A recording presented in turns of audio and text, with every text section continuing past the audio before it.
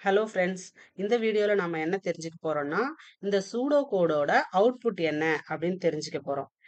First என்ன பண்ணியிருக்காங்க, integer variable 3 declare பண்ணியிருக்காங்க. ஏ, பி, சி அந்த 3 வேரியபிளுக்கும் வேல்யூஸ் அசைன் பண்ணியிருக்காங்க. அண்ட் தென் ஒரு கண்டிஷன். இப்ப என்ன பண்றாங்க, ஏ வந்து பியை விட பெருசா? எஸ் அப்படின்னா, அதே மாதிரி சியை விட ஏ பெருசா? அதுக்கடுத்து பியை விட சி பெருசா? இந்த 3 கண்டிஷனும் செக் பண்ணணும். இந்த இடத்துல இந்த அண்ட் சிம்பல் யூஸ் பண்ணியிருக்கிறதுனால, இந்த 3 கண்டிஷனுமே இது ஒரு கண்டிஷன், இது ஒரு கண்டிஷன், இது ஒரு கண்டிஷன். இந்த 3 கண்டிஷனுமே கரெக்ட்டா இருந்தா தான் இஃப் பிளாக் ஒர்க் ஆகும்.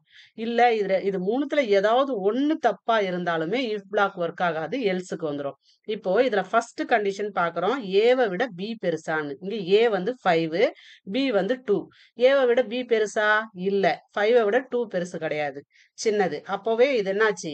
இந்த கண்டிஷன் தப்பாயிடுச்சு. அதனால கண்ட்ரோல் என்ன ஆகும்? இந்த எல்ஸ் பிளாக்குக்கு வந்துரும். எல்ஸ்ல வந்து ஏ equal to be plus 1.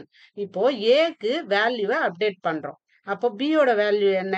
2 plus 1 3. அப்போ ஏக்கு 3 அப்படின்ற வேல்யூ அசைன் பண்றோம். ஆல்ரெடி ஏக்கு என்னன்னு இருக்கு? 5 அப்படின்னு இருக்கு.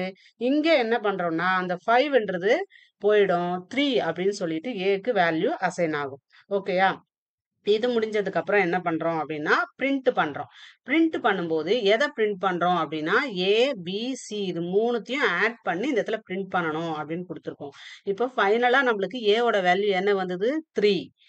பியோட வேல்யூ என்ன இருக்கு? பியோட வேல்யூ நம்ம எந்த மாற்றமும் பண்ணல. அதனால பியோட வேல்யூ 2, சியோட வேல்யூ 1. அப்போ 3 பிளஸ் 2 பிளஸ் 1 6.